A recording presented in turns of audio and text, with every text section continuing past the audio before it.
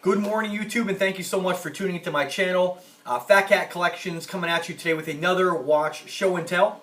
If you're new to my channel, basically I do a lot of reviews, but mainly watches. And basically I just share my passions and my collections with the rest of the world. I think it's very helpful in helping others to be able to maybe make an Invicta watch purchase or anything that I review, any kind of any information you get on something you're looking to buy is helpful. So people have found it very, very helpful to see what these watches actually look like on the wrist. And that's kind of like, I think, what really separates my channel from the other watch reviews out there. I'm really passionate about watches and cologne and lots of things. And I just really enjoy having communication about them on YouTube and through my Facebook page. It's been a lot of fun sharing this stuff with the world. And I absolutely love Invicta watches.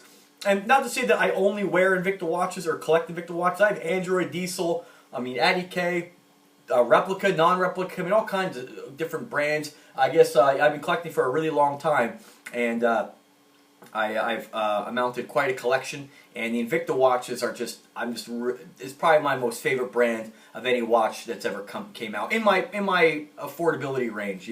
I'm just not the kind of guy who will spend a couple $1,000s on a watch. I could easily have done that, if I wanted to. I just really enjoy having a collection, many different flavors of watches, so to speak, rather than having just one really high-end watch. In Invicta watches, you do get a whole lot of watch for your money. So rest assured, if you do make a purchase, depending on you can get Invicta watches from $50 all the way up to I think $3,000 if you get ones with precious stones. But I'm in the about $300 to $600 price range on any watch. That's what I'll rationalize for a watch.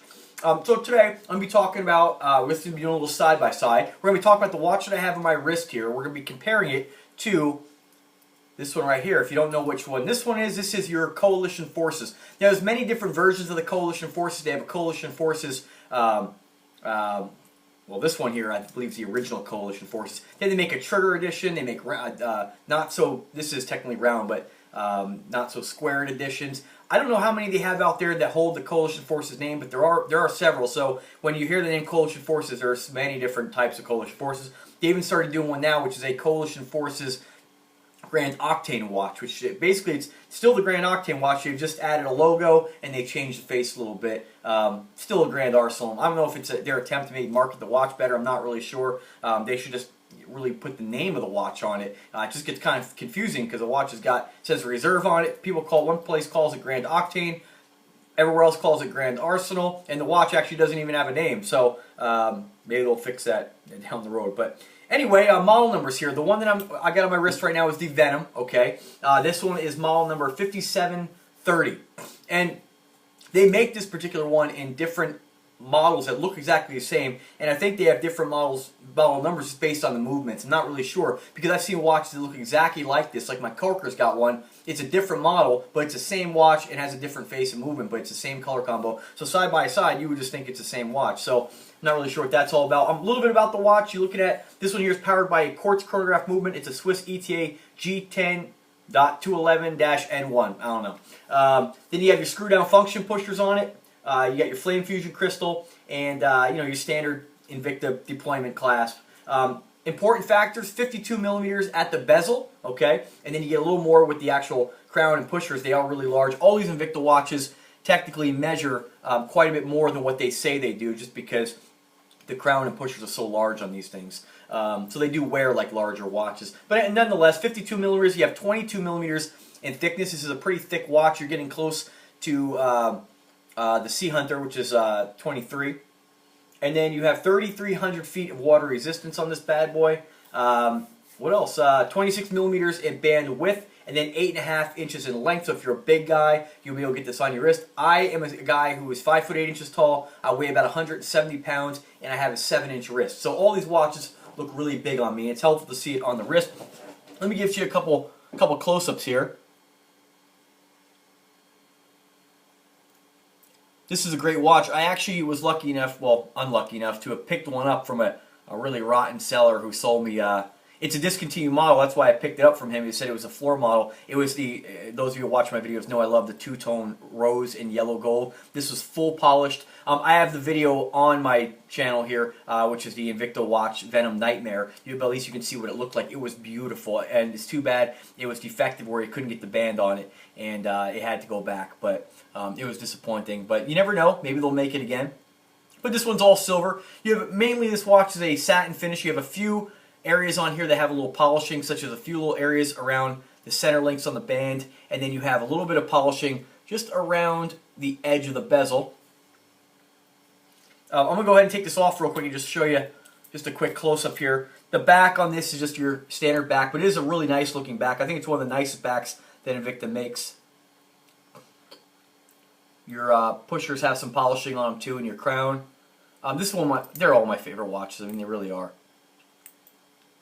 This is the first Invicta watch I ever purchased, and that started the chain reaction for all the other models, and there's so many wonderful models. I still don't forget about this one because the Venom is just a, they make so many different color combos on this watch.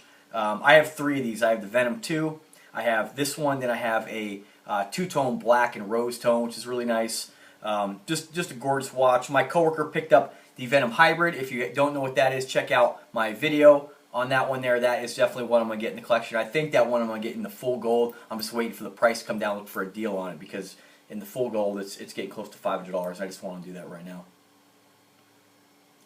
Alright, so enough about the Venom. Let's move on to the Coalition Forces. This is all satin finish. There is very little polishing, just a little bit on the crown protector, which flips out right here like so. It's a little tight on this one here, but you can see. I chose this one with the yellow tone face on it. This watch is really designed to be able to change the bands very quickly because they have these gigantic, there's lots of knurling. This is a very aggressive looking, rugged looking watch. A little bit about this watch. This one's powered by a G10 211 quartz chronograph movement, exactly the same movement as in the Venom, okay? So naturally the watch is comparable in size because it has the same exact movement in there. What else? You have a lot, like I said, a lot of knurling on the bezel, on your band. I guess these are your pins that you would put a different band on. I don't know why you want to. The band looks great as it is, but if you want to put on a poly band, you can. All satin, like a brushed finish on every part of the watch for the most part. You got your standard screw down function pushers, 51 millimeters in case thickness or at bezel thickness, 8.5 inches in, I'm sorry, 8.5 millimeters in width or thickness. You can see it is not quite as thick as the Venom watch, but still a nice watch. What else? 330 feet of water resistance, 8.25 inches in band length, and 32 millimeters in band thickness. This is model number. Where is the model number? That's not the model number. There it is. 15573 is the model number. Let's double check that. Yeah, 15573 Coalition Forces. This is a hard one to get right now, but they make so many different color combos. You can find one very, very similar. Of all the Invicta watches I have to say this was one of my probably my maybe 3rd or 4th Invicta watch, and it's, I don't know what it is about the watch. It's a beautiful watch. It always gets compliment, but it's not one of my favorites of the ones in my collection. But nonetheless, it's still, I mean, it's still a gorgeous watch. Don't get me wrong.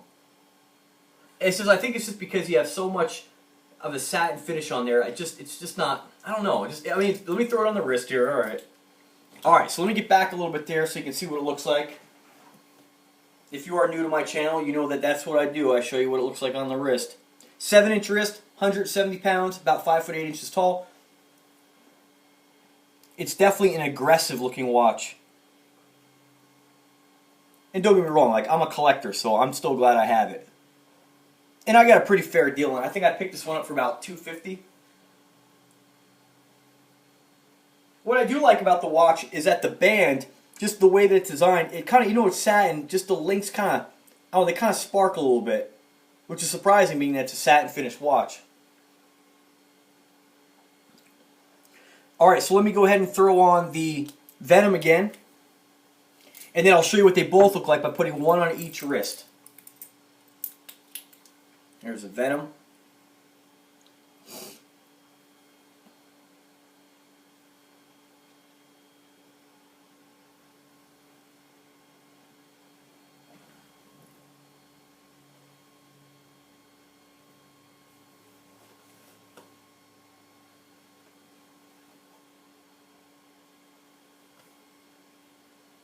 And let me go ahead and throw on the other one there so you can get an accurate idea what they look like side by side, actually on the wrist.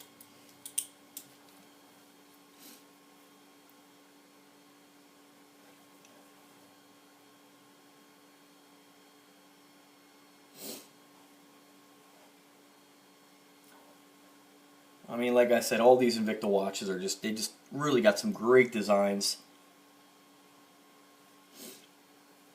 There is a new one I want to get. It's the Zeus Bolt. What do you call it? It's a new Zeus model. The Bolt.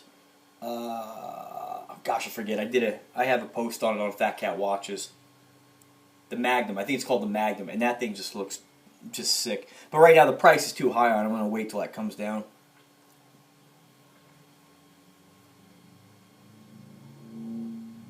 Alright folks, well there's my my 2 cents on 2 amazing Invicta watches. Again, that was the your standard Venom watch, the model 5730, and then of course you have your Coalition Forces in the gold tone face, model number 15573.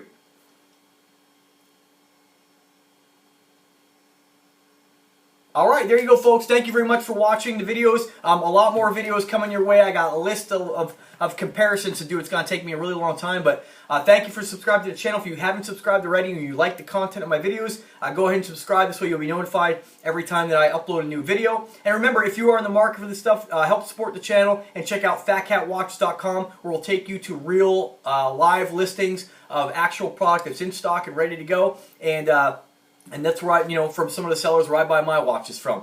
So, as always, folks, thanks again for watching, and have a wonderful day.